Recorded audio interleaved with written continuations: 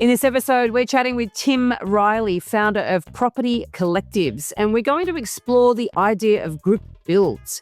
We'll unpack why deliberative development is gaining traction, how group builds work in practice, and the types of buyers this model suits best. We'll also learn how Property Collectives is advising private and public sector clients on scaling these ideas to address broader housing affordability and sustainability challenges. If, like us, you're curious about innovative housing models and fresh thinking, keep listening.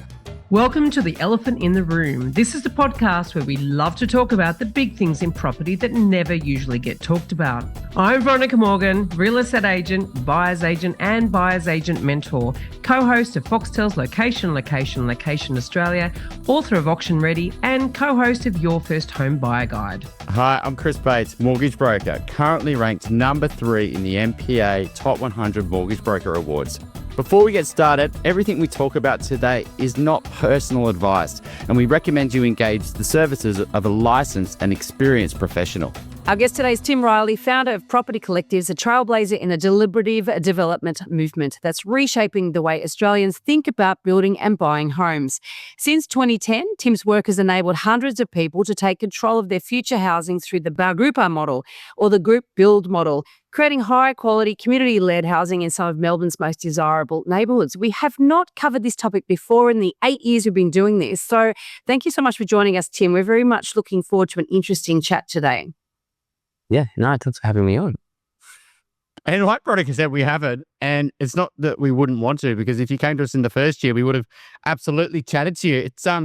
It's nice to have kind of meet you and have this conversation. I think these are the best conversations for Veronica and I, because we're sort of two school children trying to learn here, and I think that's what's exciting for us in this situation, and not just the social and the purpose of what you're doing, and but we are going to be a bit novice here, and we're a bit fishy out of the water, and so can you sort of explain to us what you sort of do, and and how it really is a different way of approaching things? Yeah, sure. Look, it's been 15-year journey, which is a big theory now. And I suppose when it all boils down to it, we're developers and development managers and development advisors. And for me, it sort of started back in 2010 when I got together with a friend of mine who's an architect, and we were sort of at the age where we were starting to look at getting into the market ourselves for our first homes. And we weren't really seeing much around that was within our price point in the areas that we were, wanting to live. And the quality wasn't there. I had been involved with a joint venture townhouse development previously that had finished a couple of years before. So I'd sort of been exposed to the development process through that. And I sort of said to my friend Dan, well, look, you're an architect. I could do this, and we got a couple of friends together, ended up building 4 townhouses in Northcote. And so the structure was pretty simple. It was a joint venture structure. You buy the land collectively. You were, in that instance, we all had a 25% share of the joint venture. Yep. And then we put in the money as the developer, as co-developers.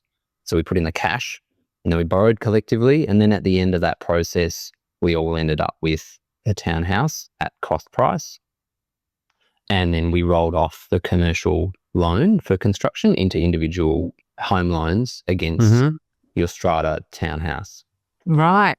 So that was sort of the first project. And at the time I thought, oh, well, maybe other people might be interested in this. So thought of the name, got a little core flute sign put up on St. George's Road in Melbourne, and started to get a few phone calls, and 10 years later we've put together 10 collectives building 82 homes, and sort of the largest project we're starting to build now, which is 21 homes. Yeah, it looks awesome.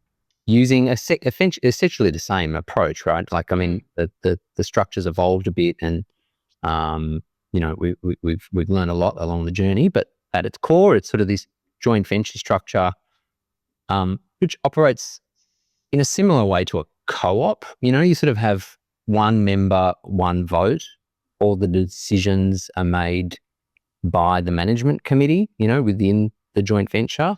So that way everybody maintains control, like major decisions are special majority decisions, and then sort of more straightforward decisions are simple majority.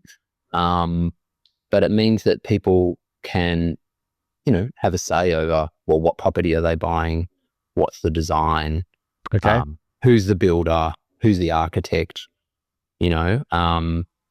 And yeah, so that's kind of it in a nutshell, right? Yeah. And so the groups that you've assisted, they effectively engage you as a sort of a project manager or in some sort of managerial role. A development manager that turns Yeah. into a project manager once once you've gone to contract with the builder. Yeah. Got it. Yeah. So they're buying it at cost, but that would include some fees, some development consulting fees management for you. fee. Yeah. So we are effectively a fee for service development developer, right? So and the structure has changed over time. Like early doors was that first project that I described, like I was a joint venturer and I was a developer, so we're wearing all hats, and over time I've been involved with projects where, I've done it with my family members and friends as well, right?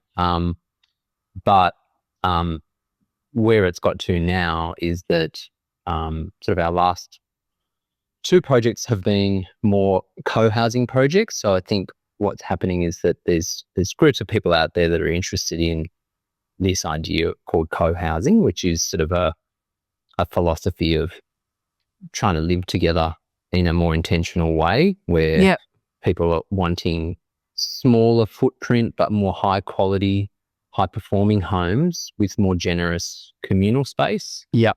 And they're typically not really that interested in car parking. So they're sort of happy to maybe share a car or just have a on-grade car park rather than have a double lock-up garage, those sorts of things. And, the market doesn't really deliver that sort of outcome. So we finished a project in West Brunswick in 2024, which is 10 apartments designed around a central shared courtyard with only 6 cars for the 10 houses. And then the project we're doing now in Eltham, which is 21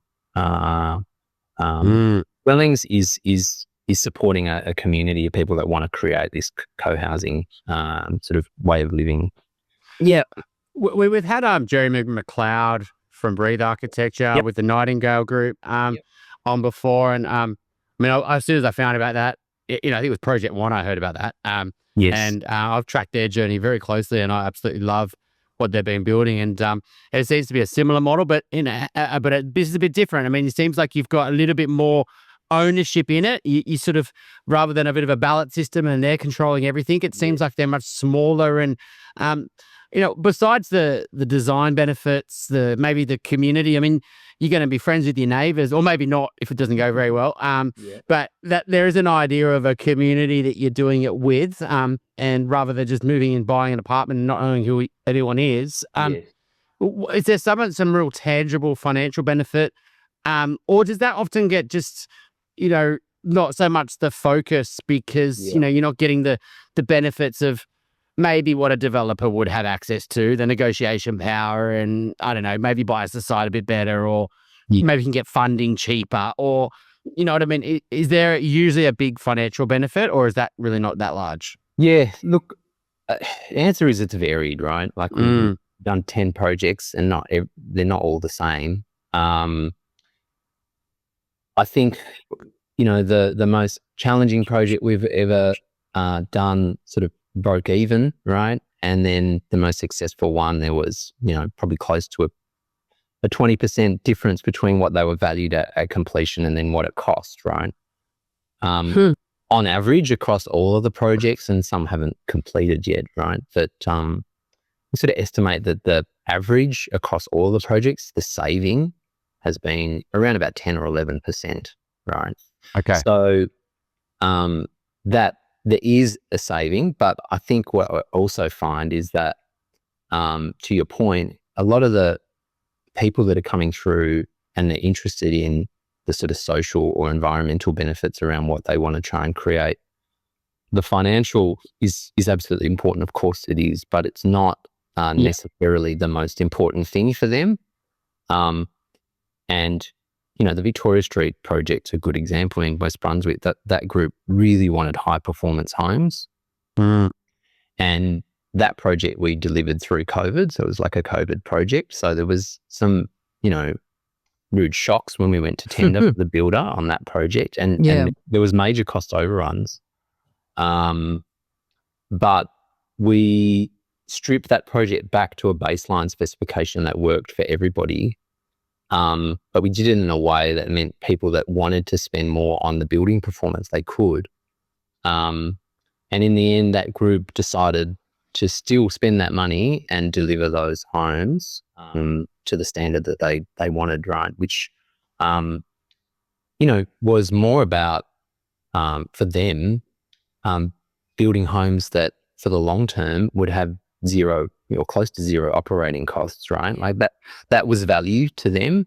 It wasn't about what this is going to get valued at the point we hand over the keys, right? And you're sort of over to the owner's corp. It was more thinking about, well, what's their life's going to be in 10, 15, 20 years, right? But that's an interesting thing for me, right? Like I actually, at that point with that project, I was like thinking, I was surprised during that process to the extent that group kept on putting, investing the extra money for all the bells and whistles on a high performance home, right? So I guess in a way you've got to sort of work out the ethos of each group at the outset in a way, so that because you collective decision making, and there's some either or choices to be made. And I would imagine too that some of the sites, I was reading up on this, one of them, I think you had from 4-bedroom homes to 1-bedroom homes in the same complex. And so therefore you're dealing with potentially like-minded individuals wanting to buy in, but with different finances, different needs in terms of their accommodation. Do people typically come to you as a pre-formed group, or do you help compile these groups? Are you an introduction service as well? We are a bit. I mean, I think the fact that we exist is giving small groups a bit more confidence that this is an option. It's typically how groups form is, there'll be probably a cohort of maybe 3 to 5 households, and they've been talking about doing something like this for a while. Right. And then they'll find out about us somehow. And we'll then work with them. We sort of created a pretty structured process to work with them, understand what their vision is, and then start to define that. So that is about trying to articulate for them, or get the information out of their heads around, okay, well, what are your communal aspirations? What are your personal requirements in terms of spatially, like how many bedrooms are you interested in, townhouses or apartments, or, what are your locational preferences? What can you afford? And a lot of the groups will form around a location, right? Like that we want a certain range of suburbs because we've always lived here, or we want to get into this area, right? So the location is really important. So there's sort of their communal and sort of like individual aspirations, and then there's budget as well, right? So that's a really critical one. It's like, how much can you afford from a total cost perspective, from a mortgage perspective? Do you need a mortgage? How much equity have you got to put into these things? So we get a good sense of what the brief is, up front, and then we work with them through a process of refining that and overlaying property strategies onto that. Because it may be that they come to us and they really want to get into, suburb A, but by the time we worked out what their budget is, that their initial brief might be, we want to get into suburb A and we want to have a community of 6 or 7 dwellings, but our budget is X, right? And by the time you then go through that process and say, well, if you want to hold your budget, it needs to be suburb B, C, D, and actually it needs to be 15 dwellings, it can't be that small. So through that process, everybody kind of gets on the same page around the realities of the market versus what their original vision was. And we come up with a very detailed acquisition brief around what sort of property, Because that's this the thing group. too. You've Yeah. got to have the availability of the type of site that might lend itself to this Yeah. as well. So Yeah. that would have to be part of the process, right? Part of the Yeah, that's right. considerations. So, we get pretty pointy. It's sort of at the end of that process, we're looking for, I don't know, 1,500 square meters in a neighborhood residential zone or a general residential zone. We want a couple of access points. It'd be great if it was a corner site, but, having a rear laneway would be better. And, we get really, really pointy on that. And just through that journey, and it can take, 4, 6, 8, 9 months, right, for that to play out. Because you're also competing with developers for those sites, right? We are, yeah. But during that journey, other people will sort of be approaching us, be interested in a certain location. So we'll introduce them to the group as it's sort of forming. And then also that process means that group can have the confidence to put out what they're working on to their friends and family as well. Right. So the group sort of starts to come together slowly. But yeah, then when we're ready to buy, we're competing against other developers. But I think because it's a build to hold model, when we have gone to purchase sites, we've been pretty competitive, right? Because we're not focusing on a 4-year build to sell time frame. So we're not having to factor in agent costs. We're not, you know what I mean? Like there's lots of advantages to the model, which means we can, all things being equal, could probably pay $1 more than a speculative developer for that site. If that makes Your sense. feasibility is different. You don't have to worry about resale at that point, at the point of completion. Yes. Do you ever get investors as part of the group? We have over time. I mean, there's been 10 collectives now, and so there's been a bit of a mix. I think it's close to 80. There's about 75 members of these collectives. And a lot of the projects sort of that got up, around 2015, 2016, that sort of time, we had quite a few investors coming through. And at the time, and I'm still am happy to work with investors, but I suppose the thing that we were trying to be very clear around joining was that we wanted investors who understood that they'd be working with owner-occupiers, and the intention of the group was to build something of quality, and the intention was for it to be a long-term investment. Because I think to sort of have a dynamic with an investor who is just looking to sort of like flip at the back end, it means decision making's not going to be as smooth. So we have had quite a lot of investors, not many investors coming through in the last couple of projects. It's been more about people that want to create a community and be owner occupiers sort of together. And I think that's just a reflection probably of where the market's at, in many ways. But you've done, Tim, you've done 10, you said. You've had some challenges where, different owner occupiers, and maybe there's been some issues with development costs, running on people, and that's meant some people can afford it and some people can't. Like you mentioned there around investor issues that, that maybe doesn't work sometimes with the model if it's a different strategy or goal. Like what are some of the other challenges with this where, you've learned over the years, that's a bit of a tricky one that we have to manage, and maybe we need to put in our process now that we're asking those questions up front, because that would have stopped those issues. Yeah, we learned a few big ones early on. Probably one of the critical ones is the way that we allocate dwellings. So you can imagine a group buys a piece of land off a concept plan and some town planning advice, and, but you don't have a planning permit, right? So you don't know exactly what you're going to get. So in the first project, we sort of went out very early, and people kind of got quite wedded to their dwellings before we had the permit, which caused some problems when we had to adjust the design through the planning process, right? Yeah. So what we sort of moved to was an approach whereby people join nominating a dwelling type, and the dwelling type is more about the size of the dwelling and the number of dwellings. But unit selection only happens after you've got the planning permit. And then you get two valuers, at least two valuers, to value all of the units. Because you might have two dwellings that are exactly the same design and dimensions, but one might have northern aspect and, look over a forest, and the other one might, have a southern aspect onto a road or something, right? So we get those two valuations.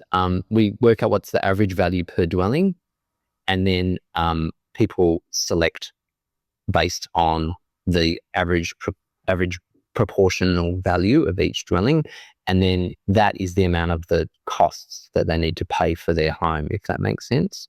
So it's a very transparent process. Yeah, but do you ever have them fighting over the one, like, the two, the two, they're the same except for the outlook and the aspect? I mean, well, okay, so then you're sort of using then the relative value to self-select, I suppose, around the cost of that dwelling. Yeah, but what if they could both afford it? Like, I mean, I know if I could afford the good one, I want the good one. It's a good point. So look, structurally, there's when it comes to the order of selection, it is first in, best dressed, right? So there's that circuit breaker. Yeah. So there's a protocol. There is a protocol. So if you join the project earlier, you get the luxury of having a wider choice. If you join at the end, you might not have as big a choice.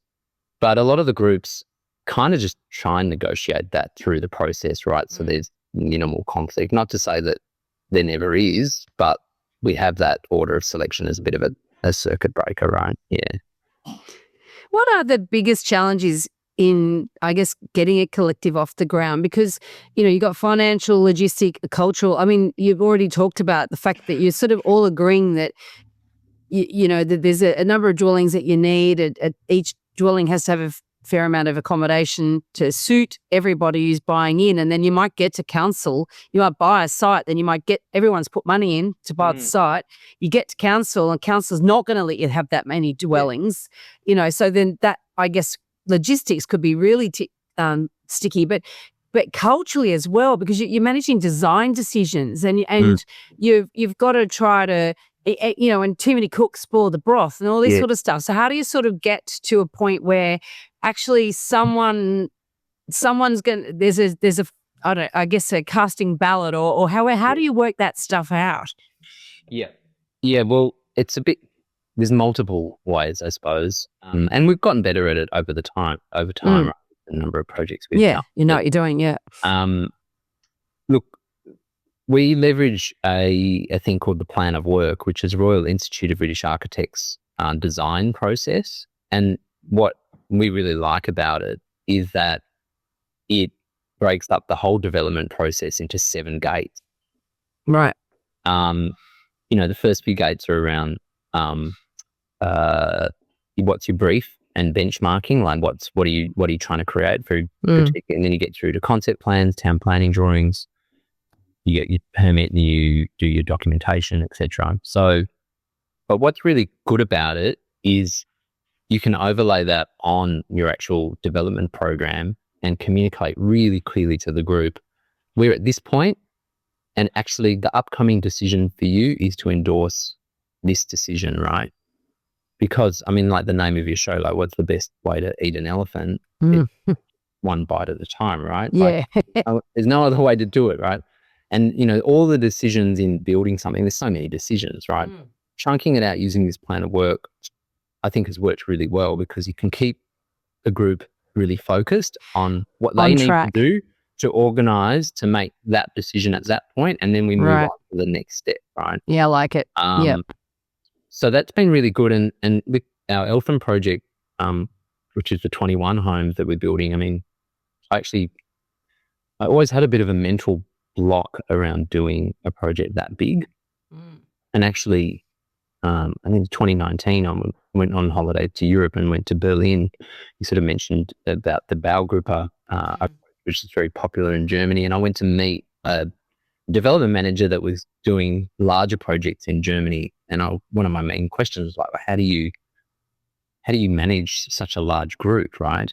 Because until then, we'd sort of been doing 4, 6, 8 dwelling projects. And I quite liked that size because my analogy was like if you have a dinner party and you have six or 7 people around, like everybody gets to talk to one another. It's a nice dinner party, right? But if you get 15 people around, you have little factions breaking out. It's and a not function. Everybody right. So his feedback was that in his experience, the group recognizes the fact that it's a big group and it organizes itself, right? And in our open project, that's borne out because that group has organized themselves to empower smaller groups of households who are more interested in elements of the project. So design or the landscape or sustainability initiatives to take a lead in the decision making, and they've empowered them to almost make decisions on behalf of the group, right? And so it's worked really well, particularly for us, because we know, okay, we need to get some guidance around, some topic, right? Well, I know who to go to because I know who's in that group, right? So from that perspective, there are tools out there for groups to sort of work through this. I mean, the model that they're using is called sociocracy. And, they've nerded out on this technique of, working together and coming up with just a way of having consensus decision making, but empowering other people without having to feel you've lost control, if that makes sense. Yeah. So these people, particularly in the Eltham project, they all know each other, or have they grown? Is that group grown organically? No, they've as grown you sort of together. So it sort of started. There was probably about, I'd say there was about 6 or 7 households at the start, and it was 2 family groups, some parents and their kids that really wanted to do it. And then multi-generational. Multi-generational. And they sort of heard about co-housing and wanted to sort of create a community. And then we worked with them through that sort of process I described. And once we got to the point where they wanted to go ahead, we sort of then worked with them to run a couple of info sessions with their friends and family. A few more people sort of joined, and then we put it out to the sort of property collectives network. A few other people joined. So when we bought that piece of land, we had 11 households out of the 21. So we had sort of half already. Wow. And then we've progressed since then to add, we've got 19. And we're just about to start building now. It's quite a leap of faith, isn't it? Because, you're building an extra 2 dwellings now, aren't you? And you're hoping there's going to be participants. Yeah, well, the nuance with that one is that we actually, the 21st dwelling is actually going to remain in shared ownership as a house that everybody can share. So they want to have a house for shared meals, but also... Oh, wow. There'll be a little, there's a mezzanine in it. So it'll be a little co-working space for people that want to have a co-working space. And so it's basically going to be a multifunctional house. So everybody that's buying into that project, they get their title over their townhouse, their private residence, but then they also have a share of this dwelling, which is for everybody's use. So we only need the 20, given that the 21st is going to be shared. So yeah. Do they? I'm curious, has anyone sold out of any of the developments? That's my question. And is there an extra criteria that anyone who buys needs to, a bit like company title in some buildings, they need to be interviewed by the other owners to make sure that they're a cultural fit? Has either of those 2 things happened? No, there's definitely been sales, post completion. And we've never, look, ultimately it's up to each group to sort of decide the nuances of how they want to operate, right? But no group has ever put any restrictions on it, because at the end of the day, I think everybody recognizes that what they're doing is they're going through a development process. There's lots of ups and downs. There's lots of risks for them to negotiate. So putting some sort of restrictions on sale at the back end, because it's a 4-year process, right? To build something. I think things happen for people, so there's no, it's a pretty vanilla kind of structure at the back end. You end up with a townhouse or, your own title and an owner's corp. I think what happens is, though, that people that are looking to buy into that, there's obviously, depending on the design response, it's been designed in a certain way, right? So people that are coming in to purchase that, they're obviously responding to the fact that they like that design, right? Yeah. And it's desirable. So that ethos that group had sort of at the start is still sort of following through, in that respect. Yeah. I'm on a personal mission to help more people make better property decisions. Most people don't realise that they can cost themselves hundreds of thousands of dollars over the medium to long term when they make property decisions without all of the information that they need. And what I do is help people with tricky real estate problems, which often masquerade as simple questions like, should I sell my investment property because the interest repayments are hurting? Or should I buy before I sell? Or the other way around. You can connect with me and access all of the tools that I've created to help you make better property decisions at veronicamorgan.com.au. And there you will find resources for first home buyers, details about my buyer's agent mentoring program. You can connect with my Sydney-based property management and buyer's agency teams, Australia-wide vendor advocacy, or ask me for introduction to the small group of buyer's agents that I would personally recommend across the country. That's veronicamorgan.com.au. If you're looking to buy your first home, thinking of upgrading to a new one, or purchasing an investment property anywhere in Australia, we would love to carefully guide you through this journey and, importantly, get the finance right. Reach out via my website, alcove.com.au. Yeah, and then all the structures and the splitting of the blocks and the loan and the strata of the community, all that's done like it would with any other development. So there's no issues really around resale, you find. Where they can't get lending on it or anything like that? No. Well, I think that's one of the advantages of the model, particularly during the development phase, is, you've got this group buying power playing out. And to your point before, like there are different individuals or different households with different financial situations, but it's sort of the power of the group means that, everybody can be working together to buy something that as individuals they couldn't afford on their own. That works, to a certain extent with construction funding as well. Like the banks will want to understand what's the takeout strategy for everybody. Like everybody's going to be proportionally responsible for their share of the construction, paying out the construction loan at the back end. And obviously the bank DD means that, there's a fair bit of, information sharing around what that strategy is for people, and the banks normally do sort of like a takeout assessment on serviceability for individuals' share of loans at that point. But having said that, the banks it's still a commercial loan. And so they're still, if we've got in the Eltham example, 19 sales out of 20, we've got good debt coverage there. They're not so worried about that because it's 18 months or, 2 years into the future post the build. The rubber hit the road, I think, for people obviously toward the end, and they have to actually get a home loan, against the property once it's subdivided. Yeah. Yep. Have you found that other people around the country are doing this as well, or is it a very Melbourne thing? So far, it's been Melbourne only. We've definitely had interest from other states over the years. New South Wales, regional New South Wales, quite a bit. And Perth and Queensland, but no groups have sort of like gone on to do it. I'm not sure. I mean, look, obviously we're in Melbourne, and so there's a familiarity or a comfort level there. I know, Yeah, could you do it? Do you think you could? Yeah, absolutely, you could.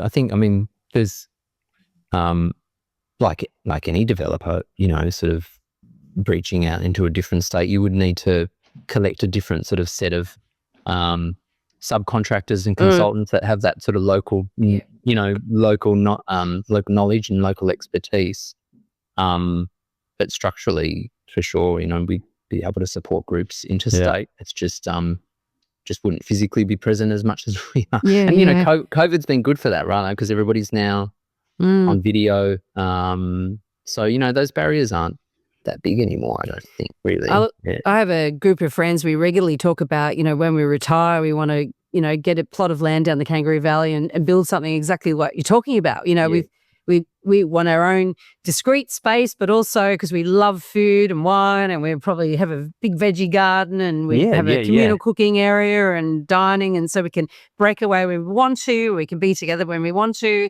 So I'm when I read up on your website, I was thinking, oh, I'll clock that for when we're ready. I think that sounds like a great idea. Yeah, I know. I think those things you're talking about, they're actually pretty universal, right? Like not that many people who kind of don't want that outcome. And I think it's just how to get there. It's just how to get there. And I think thinking about it, we particularly with the last couple of projects, we've got a lot of people who are coming up to retirement or in retirement, and they're looking to sort of create that outcome, but also wanting an intergenerational element as well. So, for me, it's been interesting to see how it evolves, how it's evolved, and people kind of now using, I suppose, the structures and the process that we've set up to create those different outcomes, right? Yeah. So obviously you've done a lot in the inner north of Melbourne. I think it's very similar to Nightingale. I mean, Nightingale seems like they've gone into different states now. They have done some in New South Wales and I believe in Perth and things like that. Yeah. So why do you think it seems to be that inner north? Is it the people in inner north of Melbourne are a little bit more open to living around other people and a part of the community, or do you reckon it's the council, or is it just the feasibility makes sense and getting the land? Look, I think there is something. There must be something attitudinally. I mean, I don't know, right? But I mean, I live in one of the projects that I built in Northcote, so I'm sort of familiar with the area. I do think there has to be some sort of high correlation with voting for the Greens, whatever that means. You know what I mean? Like if you think about the inner north of Melbourne, like it's a pretty sort of leftist kind of area. Maybe those sorts of people are just attitudinally more in tune to. They're not individualist. Yeah, cooperating more. And doing things together. So I feel like there has to be something around that. But and then look, we're doing this project in Eltham. It's not the inner north of Melbourne, but Eltham it's quite as an well arty, has a bit of a arty hippie vibe. Correct. Yeah. Yes. Yeah. So I think the acorn hasn't fallen too far from the tree there, I suppose. Yeah. I mean, they've had a lot of success. I'm not comparing you just to Nightingale. It's just it's a model that. It is different though, Chris, because Nightingale, they're the developers and they find buyers for it. Where effectively what you're doing here is more ground up, right? Yeah, way more ground up. Yeah. I mean, they've had some pretty. I mean, from my limited understanding of this, right, is that they've had some pretty sensational architects have been a part of it, and it's almost been. I don't know whether it's pro bono. I don't know whether they get a discount at all, or they pay full freight. But it's almost like the architects who are sustainably minded and they want to, because like I think a lot of architects who come into the industry aren't going there because they want to make a lot of money. They're going there because it's a creative industry, right? And new models like this, that's exciting. I mean, if I was an architect, having to design for 20 different households that are, and the challenge of that would be exciting. So have you also found any benefits like that, or is it end of the day, you're just competing like another developer a little bit to pay full freight with architects? I think, and a lot of the members that join these groups are actually, we've had lots of architects as part of the group, because they're urbanists, right? Like they care about the city. They want to create good bits of the city, right? So they kind of can understand the value of this approach. And similarly, professionals in the built environment, right? So there are a lot of those people that kind of, because the cognitive leap in terms of doing this for someone who's just not in the industry at all, it's further, right, than someone who is in the industry, right? Well, I guess if you're in the industry and you have a desire for this, because a lot of people do have this sort of desire, then you see it as an opportunity to create it, as opposed to pie in the sky. It's all too hard, and so you're creating a vehicle for that, I guess. So I could sort of see how that people would jump on. Yeah. I mean, if I was in the right sort of group, as I said, our retirement strategy, I'm on board. The right bunch of people. But with to your question about the architects, I think the challenge, well, not the challenge, just the reality of what we've done and our journey is that, we've sort of started quite small and we did a lot of smaller projects, and that was quite deliberate from our perspective because, it's an intricate sort of process, and I've never wanted to overpromise and underdeliver, right? And so from that perspective, from an architecture perspective, it's more intricate work, and it's probably not really profitable job for an architect to do, right? Okay. And architects a lot of the time are artists anyway, right? To a point, they're in it for the outcome, and it's part of the problem with this industry is that architects don't get paid what they're worth, right? That's a problem, right? I think as we've done bigger projects, we've started to take on more capable architects, and those projects just being bigger mean that they can actually afford a fee that can pay the architect for their time, right? So there's a sweet spot sort of thing. The small the 4 townhouses really struggling to get the architect fee off the ground. It is like a four dwelling project's just struggling to pay anyone, right? Like, it's a hard slog. Whereas, you started to get up to 10, 20, or 25 or something like that, and that space is going to attract a better quality architect, engineer, builder, all those sorts of things. And in many ways, while the size is getting bigger and that might feel a bit more risky, it's actually not, because you're getting a better quality team, to be able to deliver that, if that makes sense. Yeah. You are also working on a housing co-op approach to delivering more affordable housing without a government subsidy. Do you want to tell us a bit about that? Yes.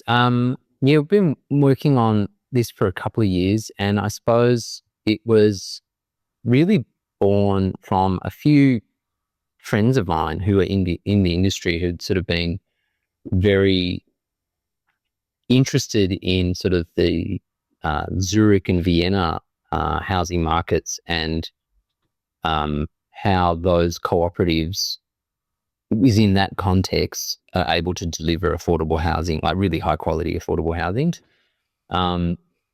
So they were sort of interested in understanding, well, how does that work, and how could those co-ops structurally translate to an Australian context? And one thing that I've always been conscious about with the building groups is that I've never sort of said that it's affordable housing, because it's not, right? Because we're operating in the private market, and part of the challenge for me with any sort of new group is just making sure that individual household understands the process, understands what their responsibilities are, but also has the equity capital, right, to be able to support the project through to completion. So those projects haven't been very cheap. I think the average cost across all of our projects is sort of like 1.1 million, for a completed home. Yep. Average value sort of being around 1.2. So I'm like, look, how do you make this, how do you take some of the good bits of the model around the social stuff? How do you make it more affordable? And so we sort of worked with these colleagues. We got a couple of grants from Business Council of Co-ops and Mutuals, and actually the Lord Mayor's Charitable Foundation in Melbourne. And that sort of paid for us to do the navel gazing and kind of look at how this housing co-op structure could work in an Australian context. And we're at the moment, we're trying to get a pilot project off the ground. We're trying to find a landowner to work with. But where it's quite different is that it's predicated on a long-term land lease. And I'm not sure Right. whether you guys have done any shows about lifestyle communities or the land lease communities, which is it might be an interesting show for you to do, right? It would be an Yeah. interesting show.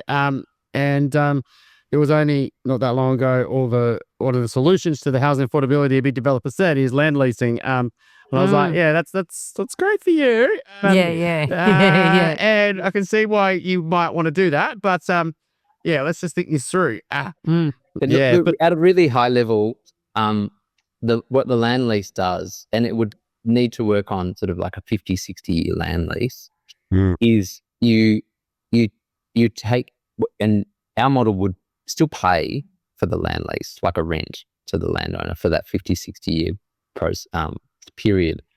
But you're starting to look at property as a cash flow proposition rather than sort of like a capital account strata proposition. And spreading land payments over time means that members of these co-ops that buy in, they'd have to pay a fee to become a member, but that would give them a right of residency for as long as they are a co-op member for the home that is built for the co-op. Right.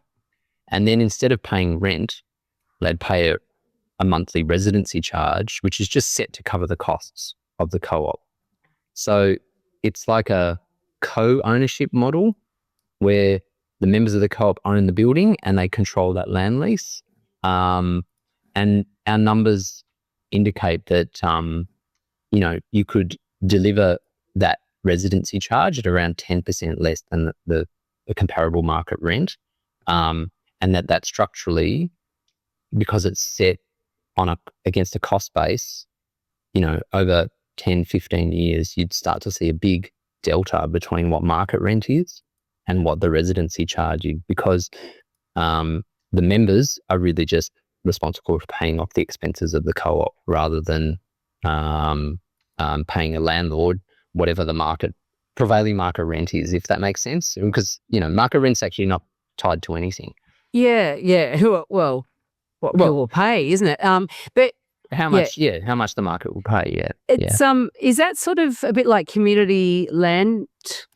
We interviewed Carl Fitzgerald from Grounded. Yeah. So, a community land trust, that type of idea? It shares lots of similarities. Like, in the intention is to try and minimize the land costs in delivering affordability. Community land trust is slightly different in the operational phase of how it works. But there's examples overseas of a community land trust having a co-op come together to build the buildings, and then the community land trust providing a land lease to the co-op. And so the sort of landowner that might be prepared to do that, is it along the lines of your green voting, but just happens to have some assets behind them?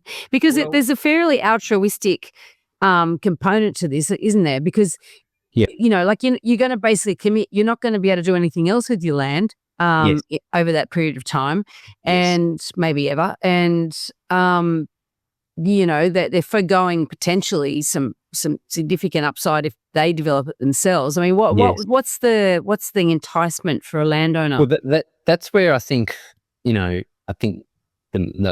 model you talk about and this one differ in that a community land trust is really relying on land being gifted, right? Whereas this approach is about having a long-term land lease and actually still getting paid for that lease, right? But look, I think it remains to be seen who these landowners are. Our focus has been local councils, faith-based organisations. But also we're in the process of putting in an EOI for a regional housing solution grant, which is being run by the Gardner Foundation, which is there to support dairy industry.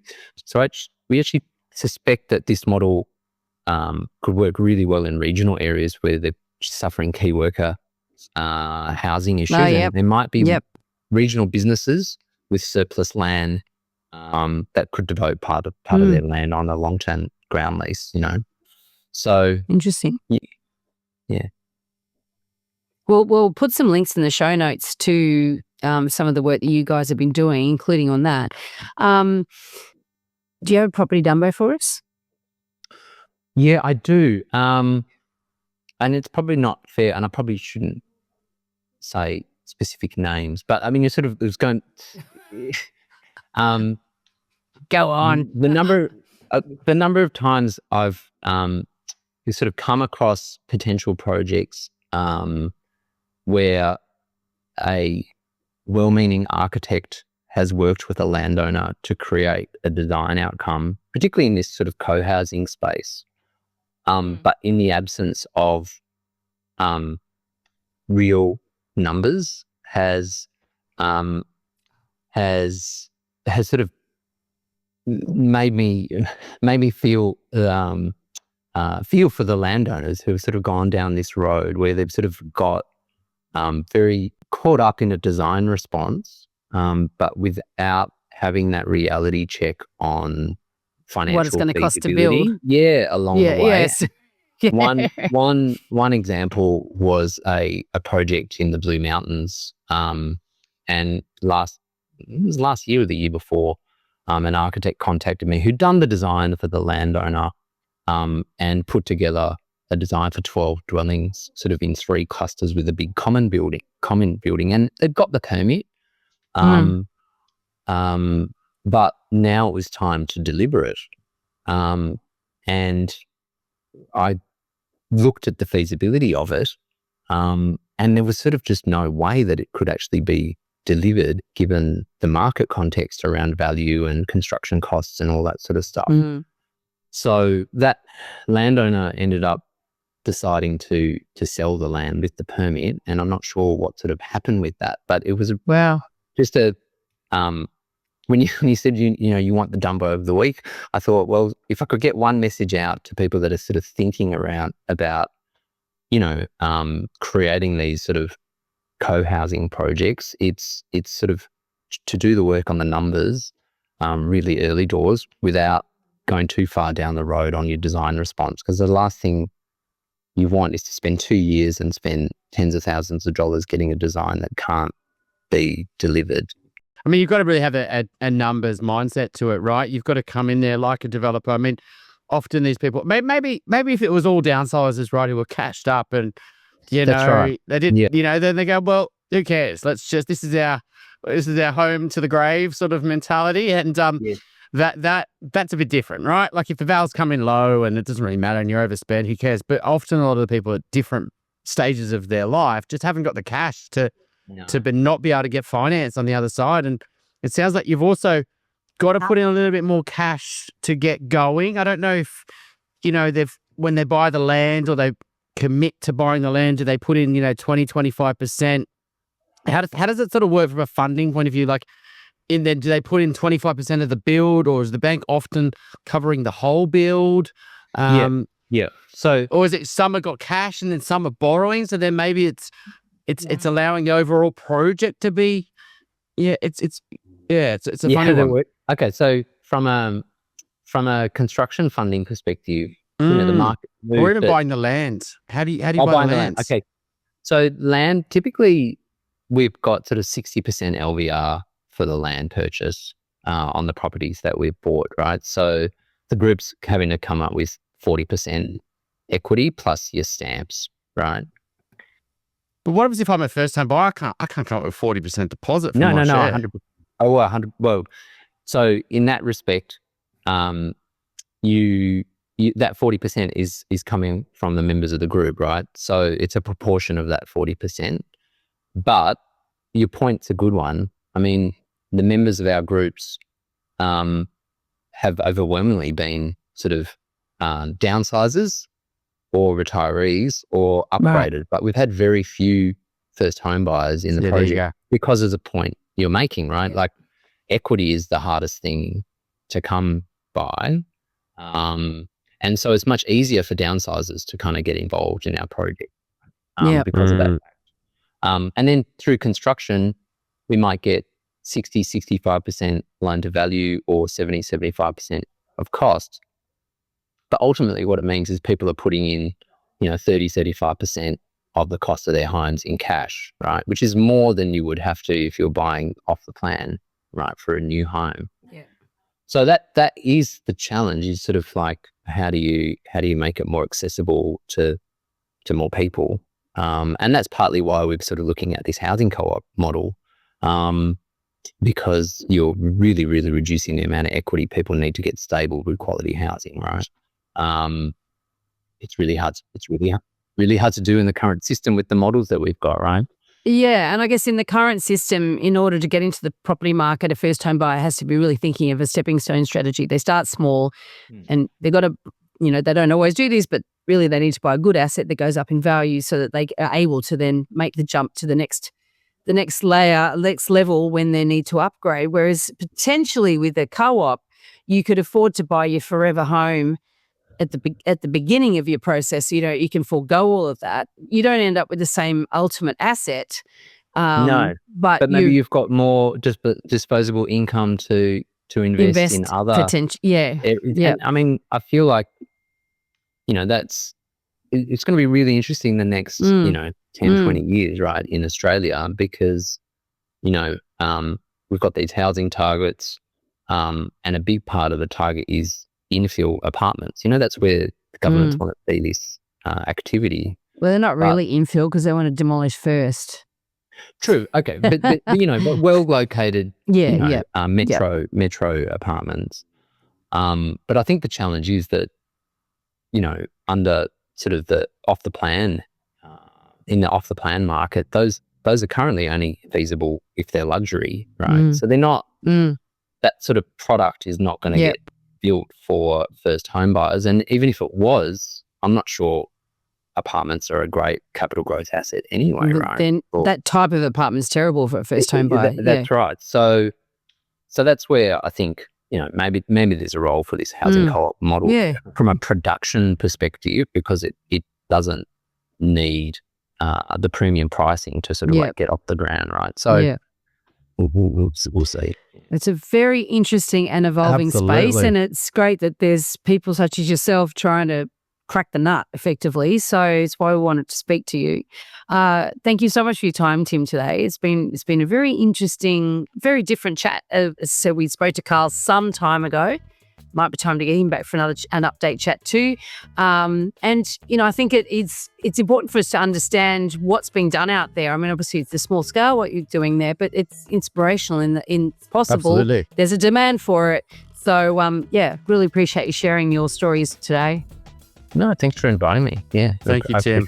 If you have a question that you'd like us to answer in an upcoming Q&A episode, you can send us a voicemail or written question via the website, theelephantintheroom.com.au, or you can email us directly at questions@theelephantintheroom.com.au. If you like what you're hearing, please share this episode with others you feel would benefit. And while you're at it, why not leave us an iTunes review? 5 stars would be great. I know that sounds a bit cringy, but we have it on good authority that every review helps make it easier for other people to find out about us and hear what our amazing guests have to say.